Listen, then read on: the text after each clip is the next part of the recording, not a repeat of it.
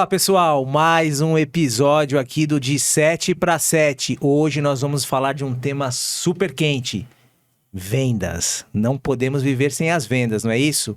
E para isso trouxemos o nosso grande amigo Kleber Caetano.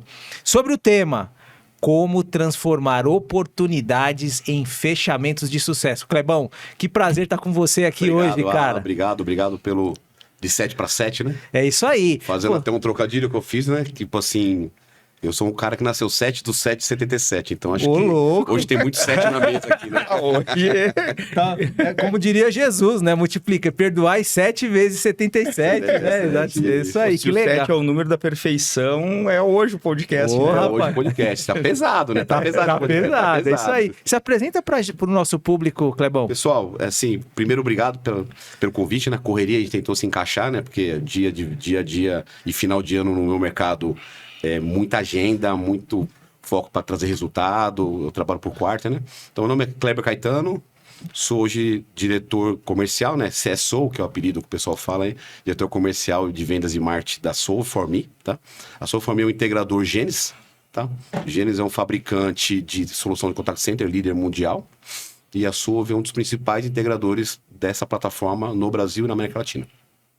Show de bola. Legal, Kleber. Kleber, como o tema hoje é vendas, e, cara, vendas é uma coisa muito curiosa, né, Alan? Porque se a gente olhar todos os filmes, o vendedor é sempre o cara picareta, né? A cada 100 filmes que falam de vendedor, 90 Virou jargão, né? o vendedor é um vigarista, né, cara? Tu pergunta pra qualquer criança, o que tu quer ser quando crescer? Eu nunca vi um dizer que quer ser vendedor. e uma ironia, cara. Tu sabe que Hermes, né, que é na mitologia grega, o Hermes, ele é o deus dos comerciantes, dos ladrões, dos vendedores e dos vigaristas, né, cara? Entendeu de tudo. Então, cara, mitologia já. Olha que legal. e vem desde sempre isso, entendeu? Pô, o cara é o deus dos comerciantes e dos vigaristas ao mesmo tempo. E nessa linha, cara, a gente sabe que vendas, eu acho que é uma das profissões mais antigas do mundo, uma que vai perdurar por muito tempo. E como ninguém escolhe ser vendedor, conta pra nós como é que tu virou vendedor, porque, pô, que a gente tava conversando antes ali, os desafios que tu tem de fazer vezes 3 aí a empresa em um ano e já bateu essa meta. Cara, tu não é um vendedor por acaso. Conta pra gente aí, Kleber. A minha história não é bem atípica, né? Assim, primeiro eu vou lá pra origem, né?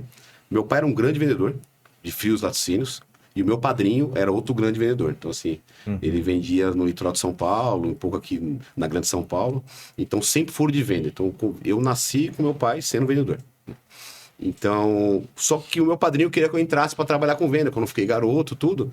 Só que aconteceu? O meu pai falou não, no jeito simples dele, né? Tinha a 4ª série primária, vai primeiro aprender a trabalhar, daí depois você vê se vai vender. E a ironia do destino aconteceu isso. Eu fui um cara que fiz colégio técnico, tecnologia, fui programador, né? A minha formação de faculdade veio depois, porque eu não tinha dinheiro para fazer faculdade, então eu tive que começar a trabalhar, desenvolvendo. E fui na carreira de desenvolvimento, gerente de fábrica e líder de tecnologia. Então, e sempre trabalhando perto da venda. Então, toda empresa que eu estava, não existia essa função, não. Função de pré-venda, né? Que é uma pré-venda técnica, né? Ser uma área técnica. Eu sempre fazia um pouco de implantação e pré-venda. Ou as equipes de pré-venda estavam comigo. Então, eu estava sempre andando próximo da venda. Até que chegou num ponto da carreira que eu estava bem consolidado. Eu sou do mercado de contact center, né? Então, trabalhei nas grandes empresas de contact center ou em alguns integradores de contact center. Em um momento da minha vida, que eu estava no meu primeiro casamento, meu filho já tinha nascido, eu estava uma parte estabilizada, eu quis pivotar, né? Então, tem amigos meus que falam que eu bati a cabeça e fui trabalhar com venda. Então, eu estava consolidado, tinha vagas no mercado para eu trocar de empresa e eu resolvi assumir uma cadeira de venda. Aí você fala, puta, por que você fez isso? Porque dentro, eu tinha uma coisa comigo, conforme foi a minha carreira, que eu sempre fui perto do integrador. Então, eu falei, para eu ser um head de integrador, um VP de operações, e eu percebia que esses caras tinham equipe de venda, mesmo seja farmer ou hunter, e a parte de entrega. Eu falei, eu preciso aprender a vender. Como que eu vou aprender? Vendendo. Então, foi um momento que eu fiz isso, eu fui um momento meio calculado. Eu tinha um ano para eu ver se eu ia gostar ou não, senão eu voltava para minha carreira e seguia minha carreira. Aí eu vou ser sincero, que deu 6 meses, eu falei, puta que pariu, desculpa a palavra, o que eu tô fazendo? Cara, Sério, foi cara? difícil, porque eu sempre fui intenso no trabalho. Então a gestão técnica, a gente ia lá com a equipe, resolvia, virava à noite, implantava, resolvia. A venda, ansiedade, né? E o meu mercado é um mercado de B2B Sim. Enterprise. Né? É um mercado que eu me especializei, grandes negócios, grandes deals, o ciclo de venda é longo, tem que esperar o tempo do cliente, e eu estava tendo que aprender um pouco na raça. Tive alguns líderes aí, empresários, ou alguns amigos que eu conversei bastante, né, para controlar, mas era um controle de ansiedade. Pô, tu seguiu na risca aquele papo que o gladiador pede conselhos na arena, ou seja, é na prática que o cara Foi na aprende. prática, Tu foi seguiu no campo No a campo de risca isso, batalha, cara. né? Aí Puta. minha vida é em quarter, né? Eu falo, porque assim, como eu trabalho com tecnologia, algumas pessoas sabem, então às vezes você tem um ano, fiscal year, e trimestres são os quarters, né? Então aconteceu 6 meses, foi 2 quarters. No terceiro, que eu falo que o filho nasceu, aí o pernilongo me picou da venda. Aí eu falo que hoje, eu falo isso, né? Não que dessa água eu não beberei, não voltaria mais para tecnologia, até porque hoje eu sou sócio da empresa, né? Mas para sair da cadeira de venda tem que acontecer alguma coisa muito diferente, porque eu peguei, respirei, fui estudar, aprendi, gostei, então estou com o espírito de venda agora incorporado. E a gestão em que momento? Porque tem 2 jornadas, né, Kleber? Uma daquelas, pô, tu é o melhor vendedor, o cara te promove a gerente, a diretor de vendas e às vezes estraga o executivo. Sim. E outra é uma jornada ali natural, onde tu te percebe ali que tem uma afinidade com pessoas, com processos, com tecnologias. Como é que foi essa virada? Em que momento isso aconteceu? Como eu já vinha de gestão de grandes equipes, tecnologia, então eu tive que ir para o lado, andar um pouco de lado, né? Porque a cadeira de venda e tecnologia, ela tem todo mundo sabe, a parte de salário, de receita, então eu tive que baixar um pouquinho, atuar um pouco como venda, mas já a pessoa que me contratou, ele sairia da empresa para assumir a cadeira dele. Então eu tinha que dar certo. Por isso que eu falei, fui trocado turbina do avião e voo. Não tinha plano B, né? Não tinha plano B. E eu não trabalho com plano B. É o plano A, tem que ser o plano A. Eu estudo muito antes de montar o plano, e o plano A é o plano A. Então, ele tinha que dar certo. E foi. Então, eu tive esse salto. Então, quando eu caí para gestão, foi fácil, porque eu já fazia gestão. Então, não tive essa dificuldade. Né? Não foi eu não nasci na carreira de venda para fazer a gestão em venda, né? Sim. Porque isso, tanto em tecnologia quanto em venda, é o problema que tem. O super cara técnico, o de dev lá, o full stack, você vai pôr ele de gerente, você mata você vai ter um mau gerente e você perdeu um técnico bom. Na venda, a mesma coisa. Tem vezes que os ótimos vendedores não são bons gestores. Tá? Só que o gestor também tem que saber vender, porque hoje tem muito gestor de venda no meu mercado, que a gente vê por aí, né? Que são gestores que também não têm uma noção do cara de venda. Gerenciador de planilha, gerenciador de pipeline e gerenciador de sistema. A hora que o vendedor precisa de um apoio, o diretor também não está perto. Então você tem que ter esse mix, né? Tem que entender bem esse ciclo, né? E como é que você vê nessa cadeira mais de gestão, né? A gente tem um hype, tem muitas ferramentas, aí sem falar de grandes nomes, mas de CRM, por exemplo, eu vejo muito acontecer, né? Olha essa risadinha aqui, já entrega bastante coisa, né? Principalmente a gente que é mais do B2B Enterprise, né, Sim. Druander? O vendedor de B2B, Enterprise, ele ainda até tem um pouco, alguns você tem que treinar, falar, cara, você tem que registrar aqui o ciclo de venda, de CRM e etc. Sim. O que você vê do que pode, dessas ferramentas, tem mais ajudado ou até atrapalhado, assim, principalmente pro B2B Enterprise nesse ciclo de vendas? Porque quando é outro negócio menor, de um ciclo menor, num B2C, isso faz muito sentido. Tem muita empresa fazendo automação, né, Druander, aí, tem várias ferramentas miraculosas, mas no Enterprise, na prática, gente, aqui de 7 para 7 é só pergunta cabeluda, hein, Clemão? Você vê uma grande ajuda, um grande apoio dessas ferramentas de CRM? Sim, são tudo complementares, tá? Eu acho que não é no meu segmento, no meu ponto de vista, o CRM não vai fazer você ganhar o jogo. Mas se você não tiver ele, você vai estar desfalcado. Então, são tudo complementares, né? Eu tenho algumas particularidades. Então, hoje, o trabalho nosso é pautado em dados. Então, se eu vou no cliente, a gente estava conversando agora há pouco, de uma situação que vai acontecer por clientes incomuns, foi baseado em dados. Tá? Só que os dados em excesso, você pega informação em excesso e dado em excesso, você fica um obeso intelectual. Você fica um obeso matemático. Entendeu? Então, você precisa ter informação extraída de um CRM, se as pessoas não têm CRM, pode ser uma boa planilha também, mas tem que ter dados. Então, o mercado que você vai atuar, o setor que você vai atuar, a região que você vai atuar, dentro da sua solução, você precisa de dados. E esses dados depois você vai ter que ter um controle do que está acontecendo, tá? Só que assim, quando você cai para o mercado de B2B Enterprise, o sistema ele é apoio para o head da empresa, né? Então, ele não está no dia a dia da operação, ele precisa saber o que está sendo acontecido. Agora, na gestão direta, eu como um diretor com os accounts direto, não tenho ainda 2 níveis de gestão, esse caso tem que ter um pouco do CRM e a cadência no dia a dia com a força de venda para saber o que está acontecendo. Se aquilo que foi estudado, planejado, montado o plano de conta está sendo executado. E se foi executado, pode ter dado errado. Ele montou uma estratégia, uma pequena estratégia de atuação, não aconteceu, então você tem que corrigir a rota muito rápido, que nem o Waze, né? Você anda com ele, eu vim lá, eu sou da ABC, vim aqui na Lapa visitar vocês, e eu vou lá no Waze outras rotas. Então tem as bifurcações das avenidas que a gente sabe que tem hora que você ganha uns 3 minutinhos, ele atualizando a rota. Então, o trabalho de venda é isso. É trabalhar outras rotas. Então, assim, o CRM é importante? Sim, não ganha o jogo. Se você não tiver ele, você joga desfalcado. Então, é como se fosse um time de futebol aí, né?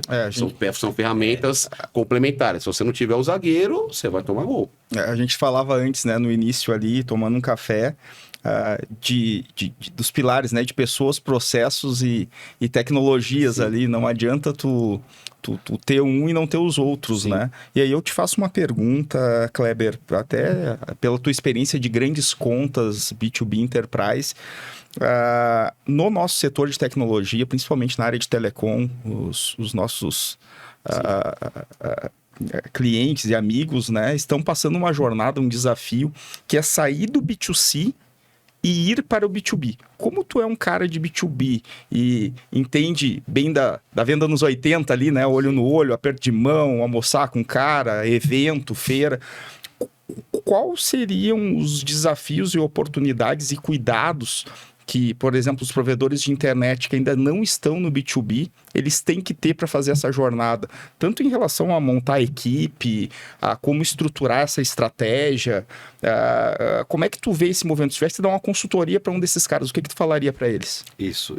Eu trabalhei bastante com isso, eu trabalho ainda, né? Então tem alguns clientes meus que a gente faz vendas, eu chamo de... dentro de uma operadora ou de um service provider, eu faço uma venda no meu setor, você tem o sell to e o sell through, né? Então, tem venda que eu vendo direto para uma operadora para consumo próprio e tem venda que eu vendo através da operadora. Seria um B2B2B. Isso, B2B2B. Então, é o termo americano, o pessoal usa o sell to e o sell through. Então, o que acontece hoje? Eles têm uma grande massa de clientes, uma base... que é até invejada, né? Porque é uma carteira ativa, colocando. Tem grandes acessos nesses clientes, só precisa ter um plano de estudo. Então, por exemplo, você tem setor cybersecurity, setor de voz. Então, eu tenho uma solução. Eu acho que o que falta é ter... plano de estudo regional da região que ele está capilarizado. Base dele. Eu vou escolher hoje, vou vender água, porque está tudo no copo vazio. Tá? Mas meu cliente tem vezes que não está com o copo vazio. Ele está na garrafinha de água. Então, esse trabalho tinha que ser feito o quê? Entender o que você está tendo de ferramentas e soluções, o que você pode aplicar na sua base.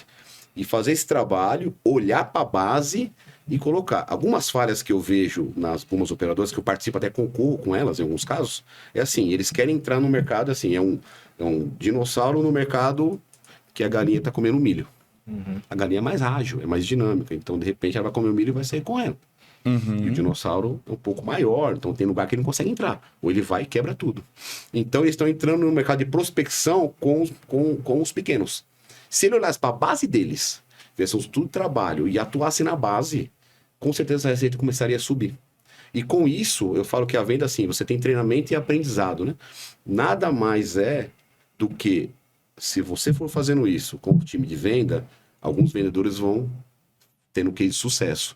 Então, o poder da comunicação interna e do espelho, né? Ele vê um par dele que fez uma venda, ele vai conversar. E são setores diferentes, chega uma hora que você vai gerar essa capacitação. Porque hoje eles são capacitados para um tipo de venda. Você tem que formar eles para outro tipo de venda. Entendeu? Então, assim, eu acho que tem que ter torre para B2B e tem que ter um plano de estudo de atuação. Tá. Para não gastar muito esforço, dinheiro e não ter tanta rentabilidade assim. Tá, então... pelo que eu tô entendendo, tu sugere o cara ter um pilar de descoberta, estudo de mercado, análise tanto da empresa dele, do time dele, da estrutura de mercado. Em paralelo a isso, fazer uma fase de estruturação, porque muda toda a companhia. Você tem que ter um time de como se fosse... Você tem que ter o estudo. Qual ferramenta que eu vou trazer? Vou trazer uma ferramenta de cybersecurity, que tá na moda aí, que também tá precisando muita coisa. Tá, então eu vou pegar um time mais de inteligência que conheça aquilo e fala, para onde eu posso ofertar? É pro agro, é para bancos, é por região. Fazer esse estudo. Pegou a base. Qual clientes que podem receber alguma oferta? Isso com a oferta montada. Boa. E oferta de solução, tá? Não é só preço, é oferta de solução montada. E atuar na base atual. Legal. Colocar alguém junto com um pouco mais de especialidade com os vendedores que tem hoje. E, naturalmente, os outros vendedores com treinamento, com capacitação e com apoio no dia a dia, você vai subir na barra deles. Essa ia ser a minha próxima pergunta. Só que trazer um time diferente para apoiá-los. Legal, essa era a minha próxima pergunta. Porque eu entendo 4 pilares quando tu vai fazer uma jornada, por exemplo, de B2C para B2B. Descoberta, que é o que tu explicou, estruturação, que é o que tu explicou, e as 2 principais fases, que é crescimento e escala. Sim. Porque não adianta tu fazer o estudo, tu estruturar, mas tu não consegue crescer e escalar. Hoje eu vejo que muitas operações já fizeram a fase de descoberta e estão fazendo a fase de estruturação. Algumas certo, outras nem tanto. Sim. Mas a fase que eu sinto falta de experiência no nosso mercado, que eu acho que tu é muito bom nisso, é crescimento e escala. Porque, cara, vai ter um time que vai fazer essas 2 primeiras fases, só que agora, cara, bota a engrenagem a rodar. Como é que tu cresce e escala isso no mercado novo, né? E tudo isso é atrás da cultura, né? Então, por isso que eu falo que você fazendo esse movimento e trazendo um trabalho de cultura, essas grandes corporações têm. Você já deve ter participado de alguns congressos de venda deles. Puta ambiente agradável. A região tal, eles fazem algumas gincanas. Então, isso daí, você tem que tentar levar isso para um novo modelo. Tem algumas grandes operadoras que já estão fazendo isso. Sim. E algumas começando a fazer bem já. Muito bem. Só que acho que as médias, né, tem que tentar achar essa veia. Então, mas sempre com uma estrutura. Tem algumas que ela monta essa estrutura, ela começa a crescer muito nesse mercado, faz o M&A e compra o integrador.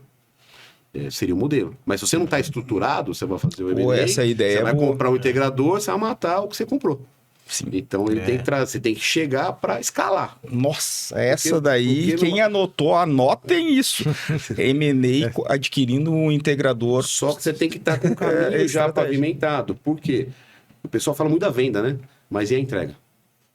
Exato. Você vai falar de um grande service provider, ele tem uma entrega, uma operadora vai entregar uma linha celular, uma TV a cabo ou uma internet. É um tipo de entrega. Entregam muito bem. Hoje a gente depende de tudo isso e os serviços são bem prestados. Alguns nem tantos, mas enfim, tá ok. Você vai fazer uma nova entrega... Sim, tu vai entregar um serviço de cloud, missão crítica... Quem entregava isso não é. Um outro time tem que entregar. Então, só que no começo você tem que ir pavimentando, gerando a cultura na empresa, para depois dizer, tô começando a ficar bom nisso. Vou olhar pro lado, vou ver se eu compro alguém para apoiar a minha entrega. Exato. E aí, claro, também estruturando um pouco a venda. Ou seja, o crescimento e a escala poderia vir através de um processo inorgânico ali, tu adquirir alguém que tenha sinergia e, baita sacada. Só que se você... Não, isso é um ponto de vista meu, né? Claro, não estou certo e errado. Mas se você não está já estruturado no caminho... Você pode comprar alguém e acabar matando a sua compra, porque você já está com dificuldade, né? Você matou minha pergunta. Exato, se você não tiver processos já bem definidos para poder adquirir essa empresa, esse parceiro, que de repente você tem um parceiro também, porque é aquilo, né? A gente costuma dizer que a gente trabalha muito com vendas. Vender é fácil, e entregar. Sim. É isso que eu falo. Esse é sempre um desafio. E nessa linha, Kleber, a gente sempre fala também muito de treinamento, né? Precisa treinar a equipe de vendas, né? A gente vê, assim, você que é uma referência nessa área de vendas, né? Tá há bastante tempo no mercado, veio de TI, conhece de gestão. Esses congressos são interessantes para grandes empresas, às vezes para empresa menor, dependendo do negócio que você tem, às vezes não é muito fácil de fazer isso. E eu vejo que entre vendedores, até às vezes entre times de gestão, aí existe muito ciúme, muita vaidade, às vezes não tem esse sorrisinho, eu adoro. São só perguntas provocativas, né? Vocês sabem que aqui é assim. Essa passagem de bastão, de treinamento interno, de se manter o vendedor sempre motivado, entregando resultado para poder escalar, né? O que você vê aí como alternativas, né? De se criar dentro das companhias? Porque assim, é aquilo. Nós temos uma estrela, porque tem aquele vendedor estrela. Pô, chegou, sei lá, o Druander, pô, vendedor estrela, o cara tá batendo meta, pô, ele vai estar no mercado, tá todo mundo querendo pegar ali com ele. No período que ele ficar com vocês, né? Vocês têm que criar outros Druanders, né? Usando seu exemplo aqui, meu amigo. Mas tem uma mecânica de você ter sempre uma escola de vendas interna. Pro B2B Enterprise, eu vejo isso como chave, cara. Eu já trabalhei em grandes empresas, hoje tenho uma pequena empresa, mas a gente já tem uma cultura de trabalhar dessa forma, né? Então, queria ouvir um pouquinho de você, o que você pensa? O treinamento de venda, na minha opinião, é constante, né? Então, acho que o vendedor tem que estar sempre treinado. Claro que aprecie com moderação, né? Porque existem empresas que acham que tem que ficar deixando o vendedor literalmente socado numa tela, fazendo vídeo e treinamento. Então, de repente, você não pode ter um monte de excesso. E o treinamento tem que ser objetivo, né? Então, você tem o treinamento das novas soluções, o treinamento de alguma ação de mercado, né? De repente, o mercado e o setor que a pessoa trabalha, aconteceu um movimento. Esse movimento pode facilitar, né? Vou dar um exemplo. A gente está agora em início de novembro, né, de 2024, teve a regularização das bets. No meu caso, é uma oportunidade. Eu já tenho uma reunião com algumas bets, porque porque ele vai ter que ter uma solução de atendimento, ele precisa ter solução de atendimento de voz, então está fortemente em cima disso. Isso se você for ver um treinamento, alguém viu isso aqui, estrutura e replica para o time de venda. Então, é um treinamento produtivo de mercado. Eu tenho treinamento da base de venda. E o que você comentou é replicar o conceito do vendedor estrela, né? Isso eu vou descer um pouco para treinamento de contact center, né? Contact center é um vendedor telemarketing ou um atendente receptivo telemarketing, e os caras têm trabalho de quartil, né? Então, você começa a fazer o corte para os quartil e vai vendo, baseado naquele quartil, quem está se destacando melhor. E aí o pessoal de monitoria e qualidade vai ouvir a ligação daquele atendente, entender o que ele faz de bom para replicar para os outros, né? Então, a replicação de venda funciona nisso. Eu acho que se tem vezes que você pode fazer treinamento, pode fazer reuniões de cadência, né? Você falou muito da competitividade em venda, né? O vendedor é muito tem o seu ego, ele mexe, tem os ciúmes, acho que isso faz parte do ser humano, e em venda tem muito disso. Onde você quebra disso? Na gestão do time. Trazendo para reuniões de case. Então, por exemplo, já que ele tem um ego bom e ele é um super vendedor, então apresenta como é que foi a última boa venda dele para o resto do time. Pô, boa. Qual foi a estratégia que ele viu, os pontos de dificuldade, os pontos foco, claro, isso é sempre perto para fazer. Se você monta uma cultura de replicação disso, você com certeza está disseminando conhecimento dentro da equipe. Não deixa de ser um treinamento. Então você vai aproveitar com o ego dele para ele apresentar. Não 3, 4, 5 PowerPoint, alguma coisa simples, ele trazer algo estruturado, porque quem ensina aprende mais do que quem está sentado estudando. Então você faz o próprio cara que já é bom evoluir, ele replicar o conhecimento dele, e ele acaba replicando isso na equipe. Porque se a equipe está travada, cada um no seu mercado ou na sua torre, não tem competição. Só um quer chegar primeiro que o outro, mas não vai atacar o cliente do outro, né? Então, se ele trazer o case do cliente dele para o outro pode estar tendo alguns exemplos de uma dificuldade que ele está tendo. Pô, uma dúvida que eu tenho, e eu acho que vocês dois têm mais experiência em responder essa minha questão. Em quanto tempo vocês acham, Alan, que dá para formar um bom executivo para venda B2B? Não vou falar de varejo aqui, porque no varejo, o cara contrata em 1 mês de treinamento, já bota o cara na linha de frente, em 3 meses, se o cara tem um pouquinho de talento, estuda, vai um pouquinho atrás, 3, 4 meses o cara está pronto para vender soluções de baixa complexidade. Mas agora uma venda complexa, onde tu tem vários agentes ali, vários mercados. Se eu pegar um cara que tem um perfil comercial, que seja fácil aculturar ele com as ideologias da companhia, mas técnica de venda, em quanto tempo vocês acham que um vendedor, um executivo fica pronto? Depende. Essa eu sempre gosto de soltar. depende muito do negócio, né, Druander? No nosso mercado de nosso tecnologia mercado de aqui. tecnologia, eu te diria assim, se o cara for bom, como você falou, você tá vendendo um peixe de um cara bom. Eu acho que se o cara performar legal, for bem treinado, em 6 meses ele já começa a trazer algum resultado. Que é mais ou menos aí o deadline do nosso amigo Clebão aqui, quando ele assumiu o desafio. Ele era um cara de gestão. Ele contou aqui, é um caso vivo, né? Assim, assumiu o desafio, com certeza, ralou bastante, com certeza, ouviu muito. Então, assim, é por isso que tem a ver com aquela outra pergunta também, Clebão, porque você tem que ter um apoio até dentro da própria empresa também, de vendedores mais experientes, né? Eu, quando já tive que vender também, eu colava nos caras que, pô, tiveram sucesso. Pô, eu sou o patinho feio aqui do negócio, eu preciso aprender, né? Então, eu te diria, assim, uma resposta aproximada de 6 meses pro cara já começar a sair, óbvio, sempre com coaching, né? A gente sempre fala muito de mentoria, eu acredito muito nessa questão da mentoria, né? Que é o coach feedback. Exato, porque é o conhecimento tácito. Assim como hoje, aqui nessa conversa, a gente está aprendendo muito. O Kleber trouxe uma série de coisas aqui que, porra, tá me fazendo refletir. Com certeza depois a gente fica aqui remoendo, depois, pô, isso aqui me deu um insight. Ou seja, a gente está sempre aprendendo.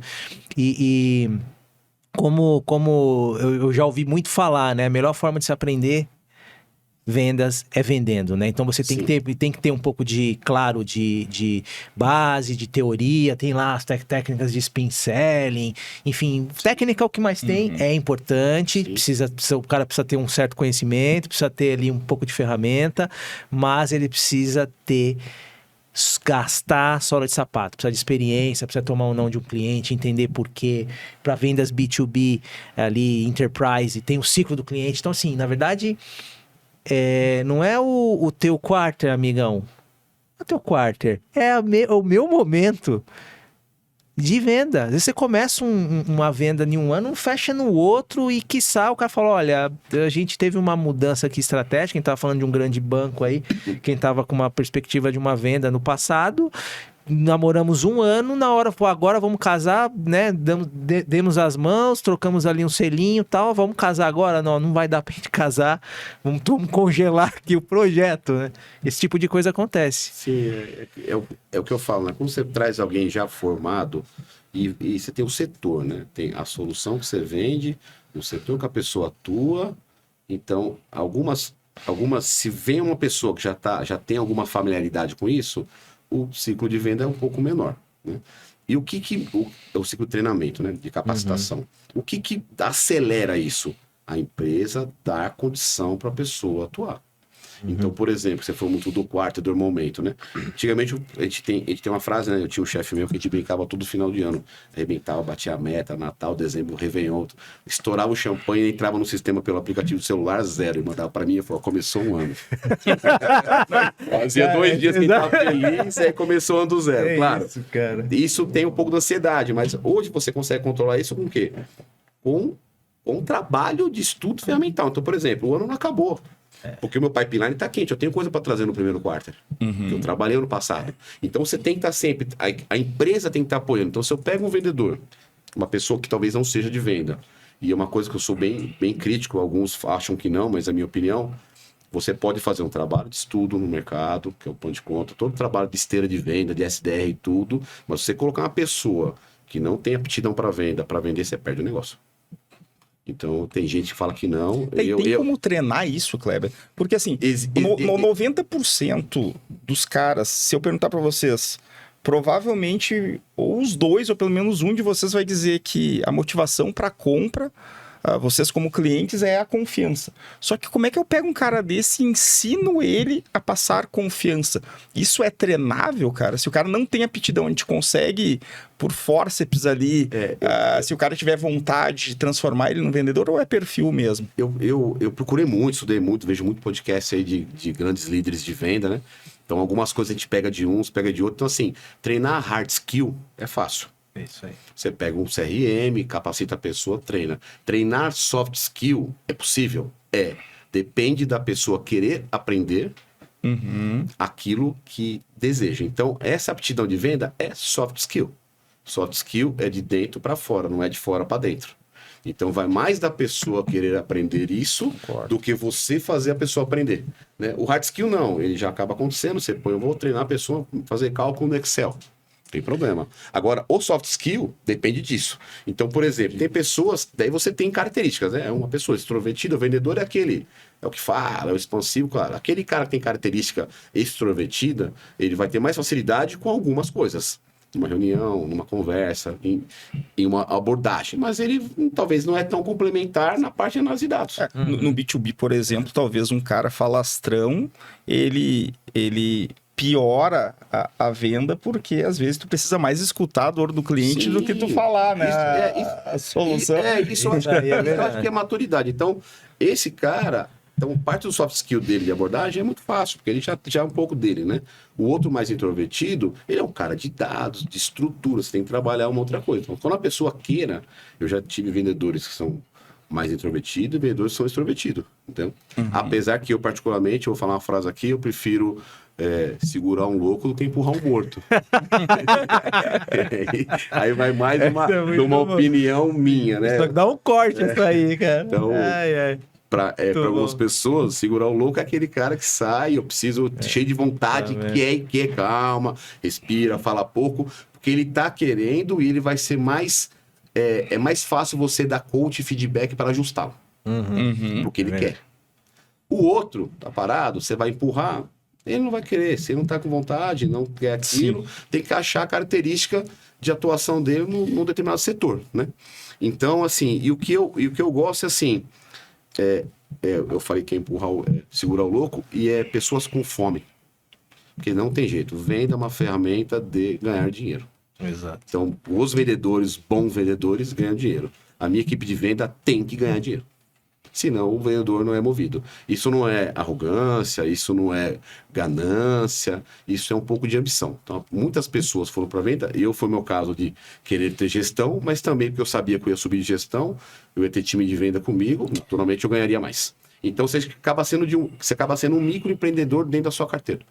Porque depende de você vender, bater as metas e fazer o seu dinheiro. Eu tenho um trocadilho que eu gosto muito de vendas, que é o seguinte: vendas pra mim é a mesma coisa quando você quer conquistar a namorada.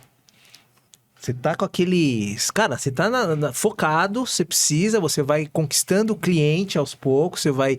Não é isso? Mandando ali uma cartinha, né? Eu sou da época da carta, sai pra jantar, sai de mão dada. Então, assim, você tem que ter aquela vontade, o desejo, e esse desejo tem que ser constante. Então, assim, para cada cliente, quando a gente fala de gerente de contas, etc., né? Vai muito de relacionamento e encontro do que o Druander falou. Para muitas coisas, para as principais coisas da vida, eu acho que confiança é fundamental, né? A gente fala nisso, mas para vendas e principalmente de enterprise é chave. Tipo assim, e só que o que acontece? Muitas vezes as grandes empresas mudam as cadeiras. Então você tem um plano de conta lá com fulano, que é um decisor, que confia em você, que você vai estar numa posição, vamos dizer, privilegiada para poder fazer a venda. Isso não significa que a venda vai acontecer, porque tem outros fatores muitas vezes envolvidos, mas muitas vezes no meio do caminho troca-se uma peça. Que já aconteceu também comigo. Eu queria ver se você pudesse falar um pouquinho nesse sentido, Clebão. Troca-se uma peça e aí, o que eu faço com o meu plano de contas? Como que eu rearranjo? Se eu tenho que trocar as figuras do processo de venda, né? A relação de venda é uma relação de confiança. A pessoa que vende tem que confiar no que está vendendo, e a pessoa que compra confiar no que está comprando. A gente tem um trabalho de B2B, mas no fim do dia quem vende é uma pessoa, quem compra é outra pessoa. Isso aí. Tá? Dentro da empresa, no mercado enterprise, são algumas pessoas. Então é o que você falou. Dentro do plano de contas, tem pessoas e características.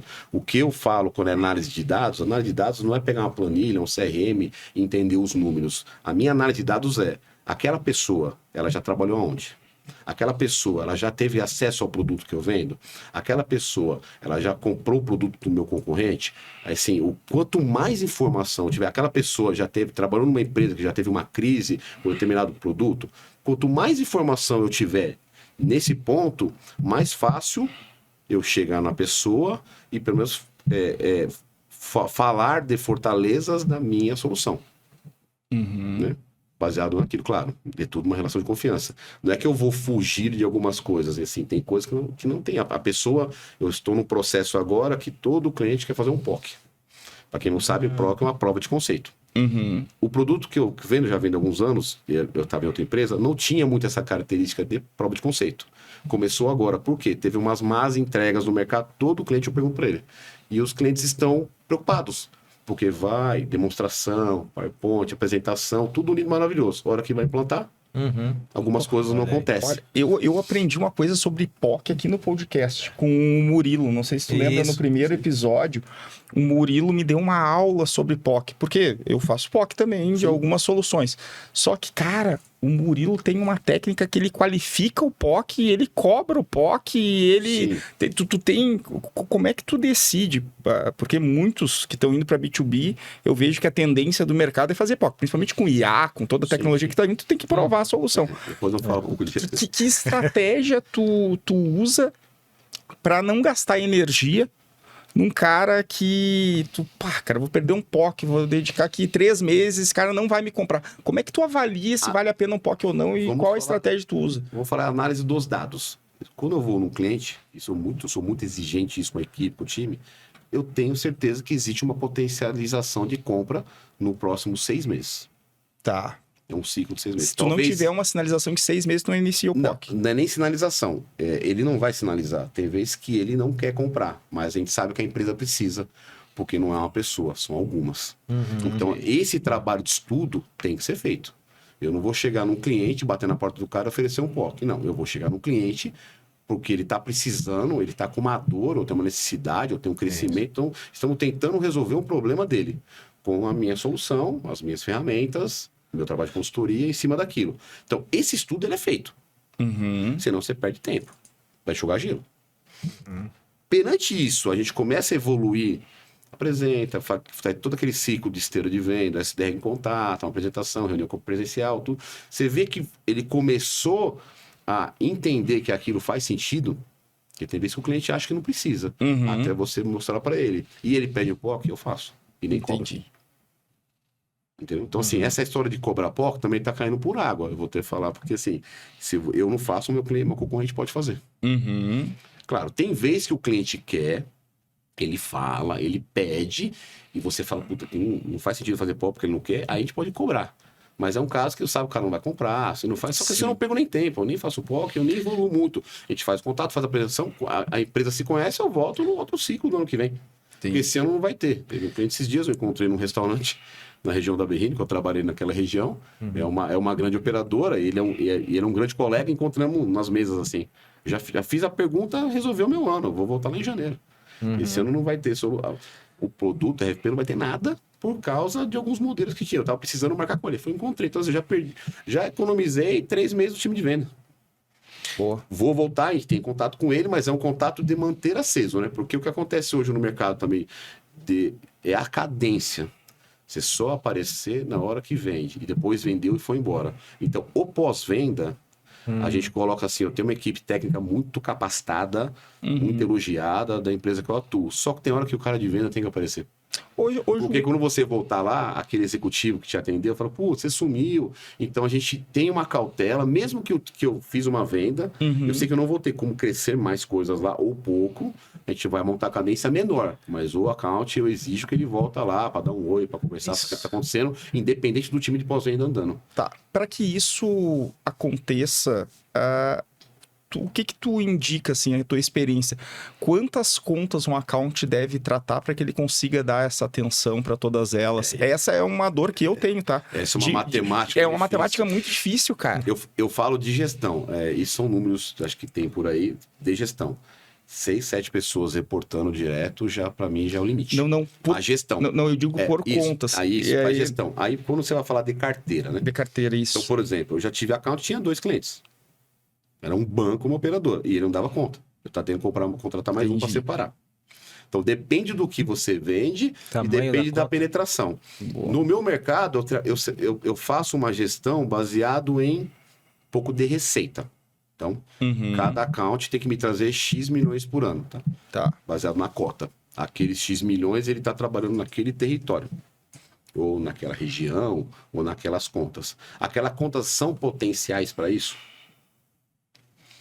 Então, assim, a gente tenta trabalhar desse jeito. Chega uma hora que o balde enche. Eu tenho que pôr outra account. Então, é mais ou menos isso. Então, assim, eu tento trabalhar por receita. Boa. Claro, depende do setor, o account traz muito mais receita do que o outro. Então, se eu tenho um cliente que tem um ticket muito grande, né? Eu trabalho... As nossas vendas são baseadas em solução e posição de atendimento de contact center, né? Então, se eu tenho um cliente que tem 50 posições, eu vou ter um X de receita. Mesmo que eu coloque o produto, IA, enfim, tem um teto. O outro tem 5.000 posições, ele vai ter uma outra receita. Só que se ele não trazer um de 5.000, ele acaba com o ano dele. Então, tem que ter essa cautela, né? E o cliente que tem, por exemplo, 5.000 posições, ele vai ter vários clientes dentro do cliente. Você tem várias vice-presidências, vários interlocutores. Então, o tempo daquele é tomado com aquele account manager, ele é maior do que o outro, que é menor. Só que a parte da cadência da visita para retornar, num cliente que já está bem trabalhado, que é um pouco menor, de 200 e 100, por exemplo, cara, depois de 2 meses, você passar lá um pouquinho, dar um oi pro cara, você não vai matar seu tempo, você não vai deixar de vender. Não precisa ir no final do mês, não precisa no final do quarto, não precisa na semana do feriado, que é uma semana curta. Dá uma passada. Liga, marca. Então, assim, e o Brasil é um Brasil que isso aí eu falo com a Dib, fala, Brasil que eu aprendi escolha, né? Uns podcasts, você tem o Brasil dentro do outro Brasil, né? Você tem o core aqui no nosso mercado sudeste, que é 200 milhões, e tem um outro Brasil. Hoje eu tenho clientes pelo Brasil inteiro, né? Então, a maior dificuldade é a gestão de distância. Porque eu ainda estou com a equipe focada em São Paulo, indo para os outros lugares. Então, depende do volume, eu tenho que crescer a account na região. A região tem potência? Não tem, eu tenho cliente, eu consigo. Ô, Clebão, que aí o estudo que tu bateu, muito. Eu vi uma frase, não sei quem falou. Me mostra um vendedor que ele estuda tanto quanto um engenheiro e te mostrarei um homem rico. Então, tudo que o Kleber falou, toda a estratégia está baseada em estudo, né? Não tem receitinha pronta. Não tem receitinha pronta, é números, é dados. E números assim, que você não pode ser um obeso matemático, né? Você vai pegar número, você não sabe o que você está fazendo com o número. Então, o estudo é ter domínio do que você atua, isso eu exijo muito dos vendedores e eu capacito, eu pessoalmente com eles. Então, eu tenho cadências e coaches constantes, né? Hoje eu estou com 2 vendedores novos chegando no time. Uma é parte do mercado, que é uma moça cheia de vontade, com fome, né? Opa! Então, e aí, tudo que eu passo, pega e cola. Porque ela tá querendo. Então, assim, ela conhece bem do mercado, mas a parte de tecnologia não é a praia dela. Eu subsidio isso com toda a equipe de pré-venda, que ela não precisa, mas ela tem que ter um pouco de noção onde ela atua na dor. Onde que ela vai ajudar a dor do cliente. E esse trabalho a gente vem fazendo constante com ela de aprendizado. Mas não é eu não consigo fazer porque eu faço para o setor dela. Então, o setor dela, a gente estava conversando agora há pouco aqui, passei uma mensagem para ela de uma dor de uma reunião que a gente vai ter, que a gente consegue ajudar, a gente não sabia o que o cliente tinha. E você falou aí de um Brasil dentro do outro, né? O Brasil tem as suas regionalidades, né? Temos um gaúcho aqui e 2 paulistanos, né? E é diferente, concorda? Totalmente. Eu acho que aqui na mesa sou o que tenho menos experiência em mercado brasileiro, assim, interno. Eu fiquei trabalhando muito com vendas fora e um pouco aqui na região sudeste, né? Quando você contrata você vai atender, por exemplo, uma conta lá em Manaus. Você manda um paulista, você procura contratar um account lá local. E por que razão? Algumas regiões, eles gostam e se sentem prestigiados, né? Por exemplo, se você tem uma... Vou dar um exemplo do Sul, né? Sei lá, se eu tô no Sul, se tem uma pessoa lá no Sul, não é que eles são bairristas, é que eles se sentem importantes. Porque, assim, eu constantemente tenho clientes, tenho cliente em Natal, tenho cliente Centro-Oeste, cliente no Sul. Você vê que tem partes que são desassistidas, pelo menos pelo meu setor. Se você vai lá, ele já gosta que você foi. Puta, o cara veio aqui. Se você põe uma pessoa lá, é melhor ainda com o apoio daqui. Então, assim, não pode também soltar a pessoa lá e ficar apenas 1, 2 pessoas, né? Existem algumas particularidades, eu imagino, de algumas regiões e estados, né? Uns aceitam bastante a pessoa vir de fora, só que aí é a manobra do improviso do vendedor, né? Você tem que saber com quem você está lidando e saber o que você está falando. Eu sou nascido aqui em São Paulo, eu sou de São Caetano, nasci em São Caetano. A minha família é do interior de São Paulo, vivi com a minha mãe e com as minhas tias e a Soul For Me, a matriz é em Sorocaba. né? A gente está fazendo bastante trabalho na região interior de São Paulo, que é uma região próspera. Para contact center ele imaginava que não, mas tem bastante negócio acontecendo. Já fechamos 3 clientes na região. Então, só que tem um caso muito atípico do meu sócio, que ele é de Sorocaba e ele fala bem arrastado o interior. A gente foi num cliente que era um pouco menor, que foi uma indicação de um amigo, diretor de uma empresa. Eu não tenho escolha, eu vou no pequeno, vou no grande, principalmente quando vem indicação, eu vou tratar do mesmo jeito. Quando ele chegou nessa indústria, eu percebi que ele conversou tudo, saiu, a gente saiu, eu falei, mas falei pouco. Ele perguntou para ele, puta, o que aconteceu que você não falou muito? Você sempre toma reunião? Eu falei, porque ele queria ouvir um cara do interior. Olha aí. Eu senti isso, porque eu tinha ligado para ele antes, eu vi que a minha abordagem eu já percebi. E a reunião foi muito desenvolta, consegui muitas informações, porque ele sentiu mais confiado. Na próxima eu vou falar, não tem problema, mas é a primeira impressão que fica. Então ele sentiu atendido por uma pessoa da região. Não, e eu vou mais longe do que isso. Agora tem casos que é diferente. Eu vou lá, o cara, putz, você veio aqui de São Paulo, você é do 011, você veio aqui pro 017, eles gostam que vai. Então assim, existe uma regionalização, mas você tem que entender, né? Só que no fim do dia tudo é custo. Compensa ter um cara alocado em Minas Gerais? Se compensasse fazer a conta, fechar, a gente aloca. Tem um mercado, consiga atuar, consiga entregar, porque não é só vender, né? E a entrega. A facilidade hoje que a solução que eu vendo é uma solução em cloud. Então, com essa onda da cloud, facilitou bastante a implementação. Videoconferência, acesso remoto, mas nada impede de você estar lá no DA, no dia de instalação, no acompanhamento da instalação, com o time técnico acompanhando em loco. Isso não tem preço. Isso faz você corrige muita coisa. Então, você tem que fazer esse trabalho, né? Será que a região compensa pelo que você vende? Não é pela região. Então, tem coisa que você vai para a região, compensa, porque o que você vende, o mercado está lá. O Brasil é enorme. Eu vou mais longe agora. Eu acho que a questão do regionalismo é coisa do passado. E vou explicar por quê. A venda tá tão complexa. Vamos pegar o case da Amazon.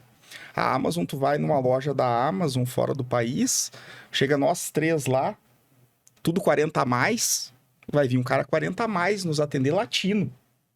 Por quê? Ele, vai chegar uma mãe executiva, não vai ser um menino de 18 anos skatista que vai atender uma mulher que é mãe, que é executiva, para vender uma roupa numa loja. Ele vai ter que falar a linguagem. Então não adianta tu pegar e botar um gaúcho para vender no Rio Grande do Sul, um cara de, sei lá, júnior, vendendo para um CTO sênior uma tecnologia. Então, a estratégia da venda, eu acho que ela tem que estar muito mais afinada. Pô, cara, quem é o meu interlocutor? Quem é o empresário que eu tô vendendo? Não, cara, é um cara que veio da bosta e virou um grande executivo. Aí tu vai mandar um vendedor que é playboy, que não sentiu aquela dor. Cara, ele não vai criar sintonia, não vai criar empatia. Então, porra, se tu tem um vendedor que veio da bosta também, bota esse vendedor que veio da bosta, falar com o empresário que veio da bosta.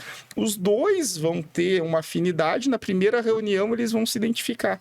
Agora, se tu bota pessoas de mundos totalmente diferentes, pô, eu também comecei da parte técnica, e depois que eu virei para a parte comercial, pô, já bateu o santo, entendeu? Sim, sim. Agora, se a gente fosse de realidades muito diferentes, sei lá, eu fosse um herdeiro, cara, talvez a gente não ia estar tendo essa conversa tão fluida.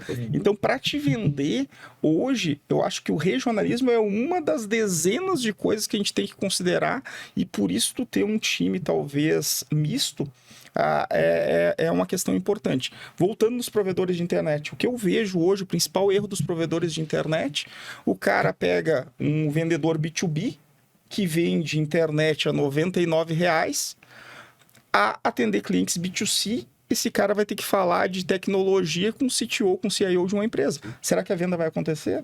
Não vai. Isso que eu falo é o seguinte, dentro do estudo, você tem que montar a jornada da venda. Então, em times grandes de venda, você acaba conseguindo montar. Então, assim, para aquele setor faz parte do estudo. Aquela pessoa, para você dar um rapport, né? Que é um termo utilizado no mercado de tecnologia, é o match, né? É a afinidade com a pessoa. Quando você tem a mesma familiaridade, a mesma história, esse rapport é muito mais fácil. Quando não tem, porque você não pode ter, eu não vou ter 400 vendedores e ficar movimentando, pivotando conforme uma pessoa. Então, você tem que criar mecanismo para aquela pessoa fazer aquela entrada de rapport, né? E aí você fala, tem treinamento para isso? Não, você instrui. mas é o tal do soft skill, né? Então, assim, total. eu aprendi bastante correndo pelo Brasil, vendendo, tentar fazer rapport com pessoas de outra região. Eu sei que tem essa dificuldade, então eu tento fazendo o quê? Respeitando a pessoa. Pô. Atenção, disponibilidade e respeito. Isso daí você já consegue fazer rapport. Como você vai respeitar as pessoas? Falar dentro da afinidade dela, né? Então, Exato. eu vou falar com uma pessoa que foi formada em Harvard. Então, tem um estudo. Ele tem um tipo de conversa que é um pouco diferente. Então, você tem que saber respeitar ele, saber que ele é uma pessoa, ele tem esse tipo de afinidade e você chegar pouco perto. Então, não precisa também mudar a sua característica. Sim. Você tem que só tentar ajustar um pouquinho para melhorar essa comunicação.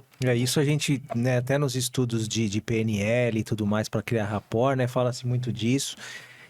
Como você falou, Clebão, é falar no canal da pessoa. Isso. Para que ela te aceite e aí depois, aos poucos, você pode até ir colocando as suas características. Porque nós somos diferentes, cara. Sim. Se você pegar uma pessoa... Eu sou um cara mais extrovertido. Falo pelos cotovelos. Sim. Se você me amarrar as minhas mãos, eu não vou conseguir falar. Eu também. Então... Não, tá de mão amarrada, cara. Me solta pra poder falar. Mas você pega, às vezes, uma pessoa muito matemática, muito lógica. Cara, se eu não falar o que ele quer ouvir rápido, assim, a parte pragmática, ele vai falar, meu, esse cara tá falando um monte de lorota, eu não aguento falar com ele. Então, eu tenho que dar alguns resultados, falar alguma coisa objetiva. Ele vai falar, tá, depois eu posso te ouvir. Aí, aos poucos, você vai se soltando, né? Porque uma pessoa que é muito falante, etc., você pode se quebrar, mas você já quebrou, colocou a confiança. Agora, você tentar colocar o teu canal, que nem você falou naquela reunião que você foi com o teu parceiro, né? Que ele era da região lá de Sorocaba, você sentiu, você falou, pô, é melhor ele falar. Deixou ele falar. Isso aí, mas aí já é uma coisa chamada experiência, bagagem. Cabelo branco. Cabelo branco, exatamente. Então já que tu falou em lorota e direto ao ponto, então vamos direto ao ponto, então. Opa! Pergunta capciosa, provocação, altíssimo nível.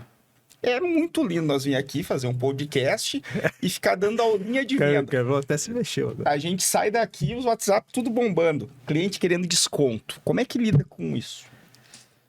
Desconto, cara. Desconto. Porque tem vendedor, cara. O cara ganha X% da venda.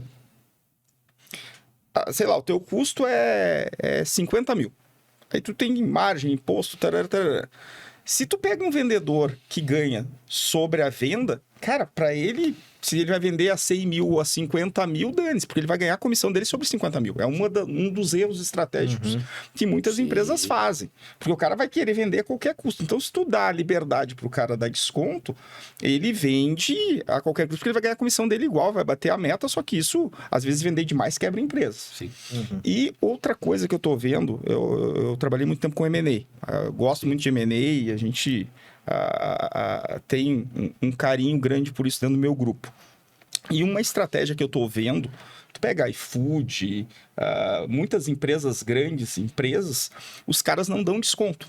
Os caras trabalham com os vouchers, com várias estratégias, porque quando tu dá desconto, cara, cada real de desconto que tu dá, tu fere o teu equity. Então, o valuation da tua empresa, ele vai pro saco. Sim. Então, se tu poderia vender algo a 100, tu dá um desconto de 10%, tu vende a 90%, cara, o teu valuation lá no final, com esse desconto que tu deu, ferra tudo. Só que o que os caras fazem? Não, me compra 100 e eu te dou 10% em cashback. Por quê? Ele fatura 100 e aqueles 10% ele embute como CAC, como custo de aquisição do cliente. Então, muitas empresas estão fugindo da linha do desconto, enquanto eu vejo outras, principalmente no mercado de tecnologia, vamos pegar os provedores de internet, cara, torrando, entendeu? E como é que a gente organiza isso dentro de uma estrutura comercial e que estratégias a gente tem que ter? Eu dei essa ideia do voucher, do cashback, que eu estou vendo que os grandes estão fazendo, mas como é que nós, no mercado de tecnologia, podemos trabalhar com isso? Sim, falando de vendedor, né? Eu tinha um caso que eu tinha um account que é até amigo meu, a gente chamava ele de Discount Manager. Ele não conseguia sentar num cliente e já não sair falando de desconto. Caramba. Então, assim, hoje ele tá no mercado aí. O cara mostra a proposta, mas se quiser um desconto, a gente pode negociar. Então, ele chamava ele de Discount Manager. O que acontece, assim, Tem soluções que virou commodity. Quando você vira commodity, é carnificina de preço, não tem jeito. Então, assim, falando um pouco do meu mercado, o que eu penso? Desconto vai existir, existe área de suprimentos, existe área de supply chain, você precisa participar disso. Só que você tem que saber o que você está vendendo e a sua fortaleza. Quanto mais você conseguir no mercado B2B Enterprise provar que você e a sua solução é a melhor oferta para aquela dor do cliente, menos você dá desconto. Claro, existe um valor médio de mercado, é uma coisa que eu pratico, assim, uma coisa que eu não gosto. Então, o que eu vendo, existe uma média. Eu não gosto de trabalhar acima da média. O cliente eu fechei os clientes agora esses últimos trimestres, onde nós estávamos fazendo ele sabia que ele estava participando de uma RFP só nossa. Que era dentro do processo, e era de grandes empresas. Só que você pode consultar daqui 2 anos, o valor que eu pratiquei era um valor médio de mercado. Porque se ele for para o mercado daqui 1 ano, ele vai achar a solução outra que é 5 vezes mais barata. Sim, vai parecer que estava roubando ele. Estava roubando ele. Então, isso eu aprendi com alguns senhores que já me ensinou, meu pai, meu padrinho, nunca vai tirar proveito de cliente. Eu uso a mesma estratégia. Porque o mundo é redondo, você pode voltar. Agora sim, se você quiser salvar a margem, eu falo que eu como integrador de tecnologia, eu sou a salsicha do hot dog. Então, eu tenho Explica melhor isso. Uma parte do pão é um cliente que é uma multinacional e outra parte do pão é o fabricante que eu represento, que é uma multinacional. E eu sou espremido no meio. Então, eu preciso comprar bem e vender melhor ainda. Entendeu? E tentar carregar cada vez mais o meu serviço. Porque uma fortaleza que eu tenho na Sulformi é o meu serviço de entrega. Só que tem cliente que não me conhece eu em evento, a gente conversa, mas ele nunca experimentou. Então, o que eu estou fazendo agora? Cada vez mais, eu estou fazendo trabalho de ação com os meus clientes para falar de mim. Então, o meu cliente vai falar da entrega da Sulformi. Então, a gente vai gravar algumas coisas, e os clientes já estão, todos os clientes que a gente planta, a gente pede, e eles já estão perguntando, e aí, quando que vai ser? Eu vou soltar algumas mídias para quem não me conhece, ter opinião de um cliente falando de mim. E aí não é é alguns, né? Então, sim, de alguns setores, né? Porque assim, eu tenho o de tecnologia, o de atendimento ao cliente. A gente está fazendo esse movimento, porque é uma maneira de um prospect saber que eu entrego. Então, eu consigo cobrar um pouco melhor. E eu vou dizer até mais, você pode cobrar melhor, porque ali, você não é só salsicha, você deve vir com maionese, você faz a implementação, o milho, né? Milhozinho, batata palha. Então, pô, é aí que tá o negócio, porque senão você vira aquele hot dog americano, que você vai comprar, já comeu um hot dog americano? Só o ketchup, cara, com a linguiça, não? Isso, e você o negócio tá na maionese. Mas aí mesmo, fazendo uma analogia do hot dog americano, quem não pegou um voo e foi naquela franquia de um hot dog americano e não comeu aquele hot dog? Eu faço isso direto.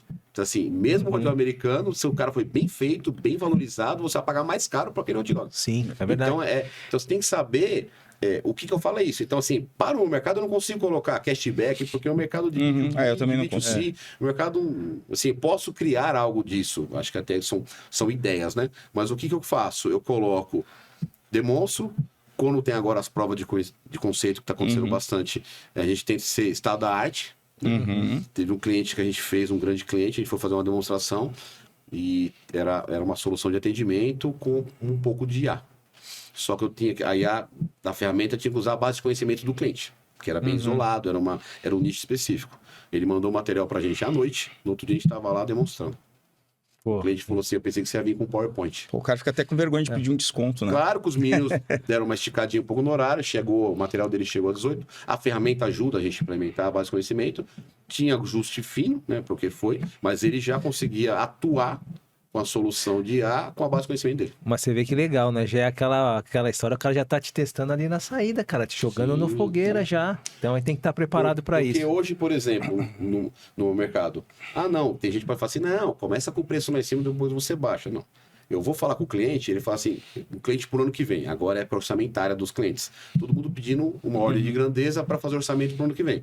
Se eu solto o valor lá em cima, eu não tô no orçamento do ano que vem. Não, e aí ele não vai comprar de mim ano que vem. E tem um problema maior. E se eu for muito baixo, eu queimei toda a minha margem e não consigo dar o desconto. Não. Então tem uma jogada ali, você precisa se trabalhar dentro do valor médio. Eu não gosto de dar desconto. Como eu trabalho com serviços, o meu serviço ele não é o mais barato do mercado. Sim. Então, se eu pegar e botar uma margem para agradar o comprador, porque todo comprador chega e diz, baixa 20% aí para mim. Cara, se eu botar, eu já não sou barato, se eu botar 20% para agradar o comprador, eu tô fora do mercado. Só que eu, no lugar do comprador, se eu tô negociando com vocês e eu truco vocês e falo, baixa 20% e tu baixar, a impressão que eu tenho é que tu tava me roubando, cara. Porque, porra, velho, tu tinha 20% de margem, filho da mãe, pra baixar. Quando eu faço, manda um abraço pro Discount Account lá.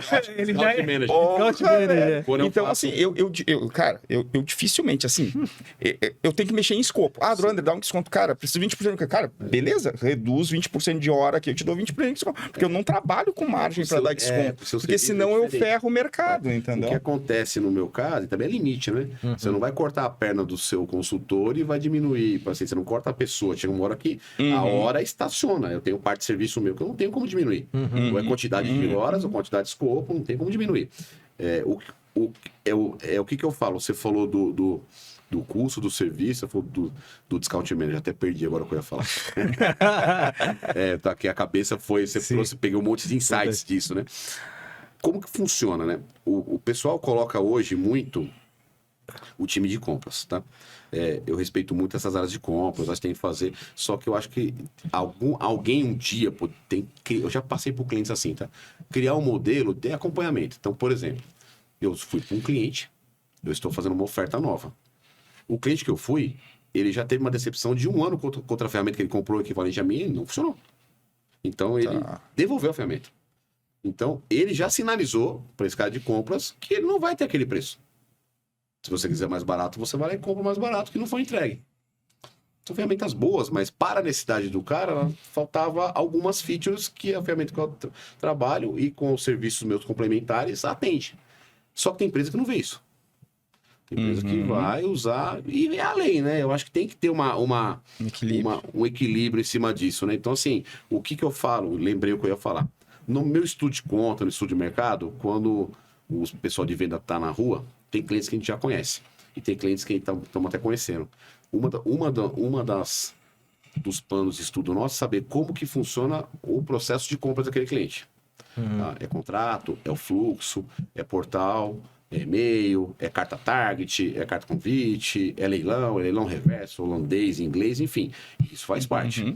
O cliente tem alguns mecanismos, mas para a gente tentar saber o que vai acontecer lá no futuro. E tem alguns jargões que a gente fala, mas esse cara, como é que funciona para eu dar desconto?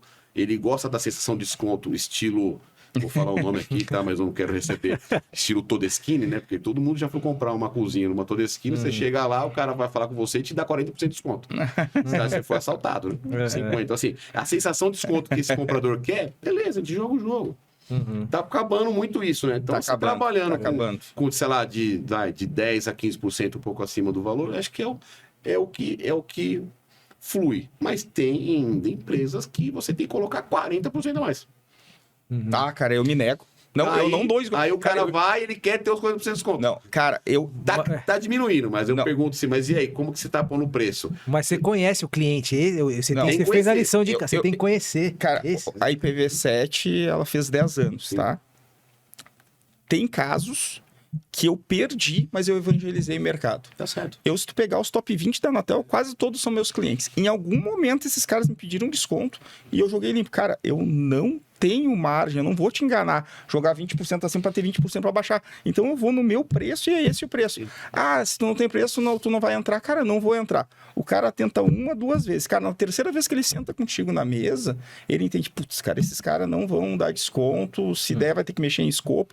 Então eu consegui evangelizar o mercado que, cara, eu não dou desconto por dar, cara, porque eu não tenho margem para isso. Não tem espaço. Então, eu acho que por muito tempo o mercado, vou botar 40% a mais para ter 40% para baixar. E outra coisa que mudou também no mercado, que eu tô vendo que as empresas estão sendo, cara, esse é o meu preço.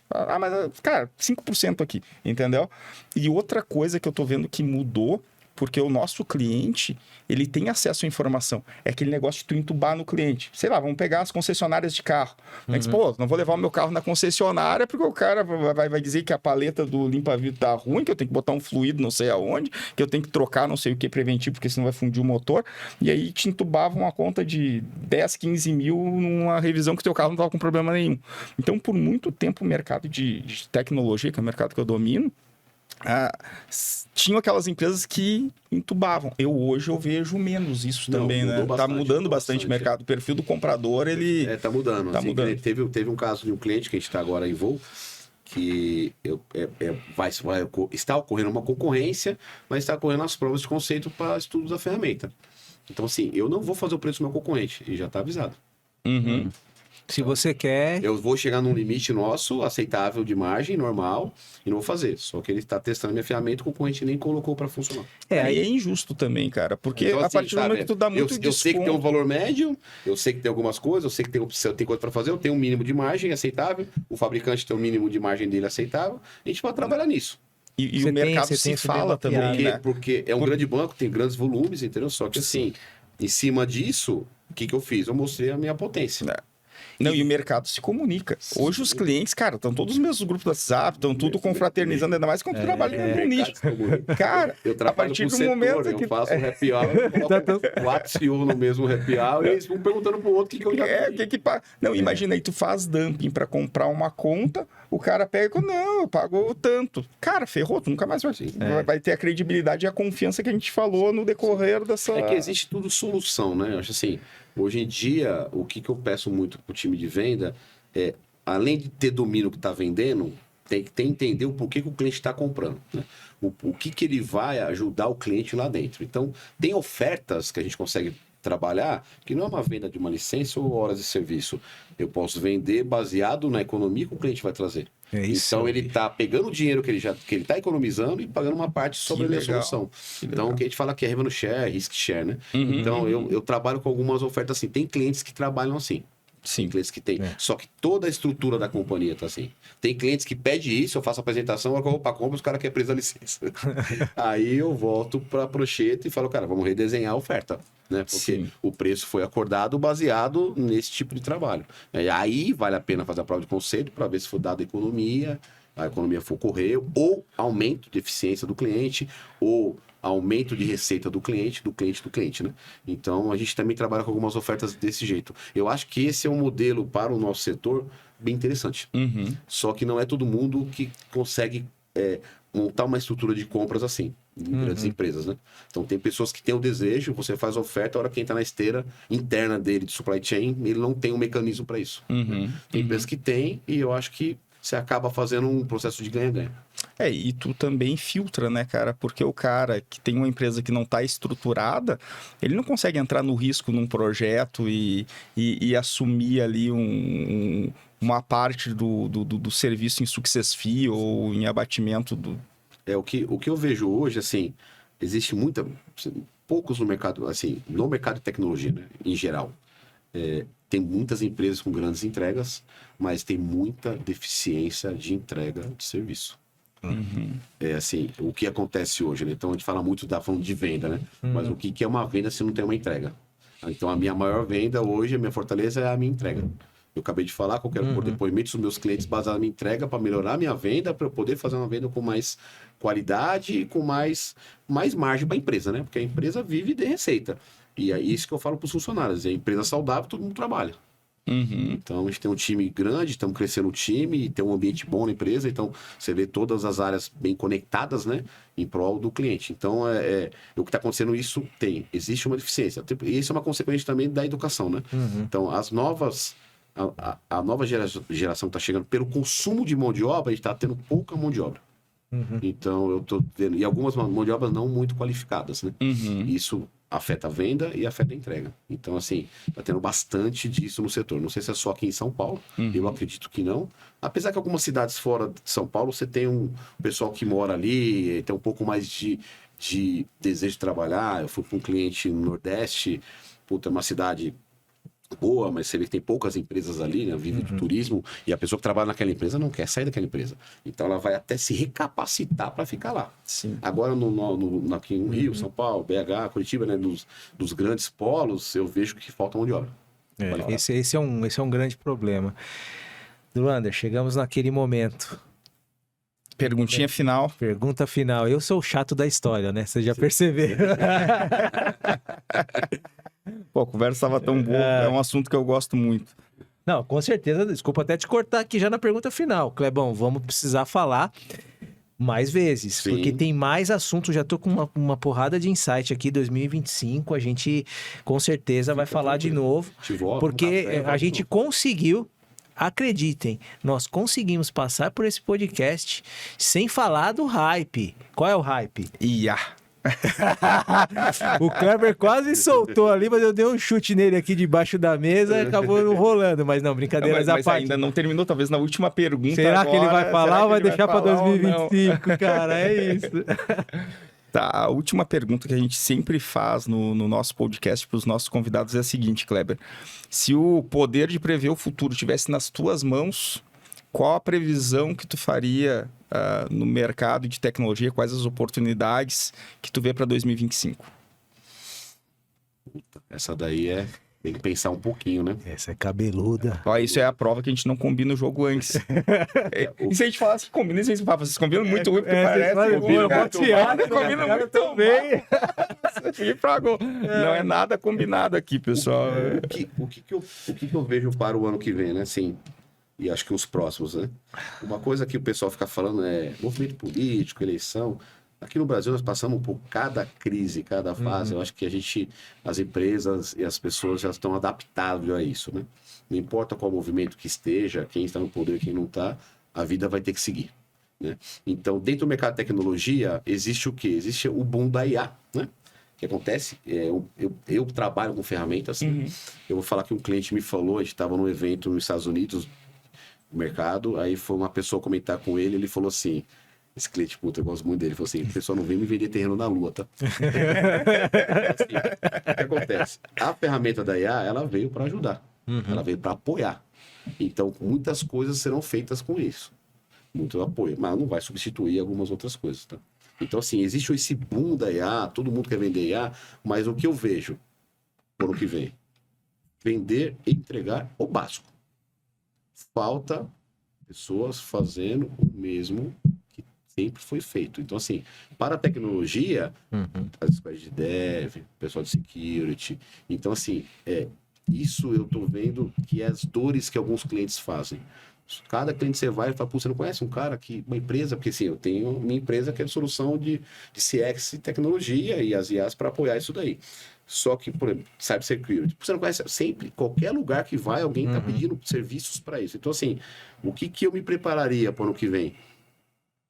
Vender o básico, entregar o básico, porque está faltando, está tendo muito volume, muito crescimento. Acho que a gente ficou o ano passado foi um ano que começou a melhorar, teve um ano deu uma parada no mercado, né? Então parece que ficou tudo represo e voltou, né? Então acho que focaria em cima disso daí. Pô, agora tu foi muito inteligente a tua resposta. Porque é verdade, tá todo mundo, não, vai acontecer isso, ninguém tem benchmark, sabe o que vai acontecer, fica todo mundo vendendo terreno na Lua, em compensação, a tendência é crescer quem tá entregando o básico bem feito. E não consegue fazer o básico bem feito porque não tem gente. Então, assim, é o básico de novo. Você precisa de pessoas para entregar, para vender. Tudo. Muito legal. Cara, então, se você fazer o básico bem feito e rodar o mercado, você consegue bater suas metas.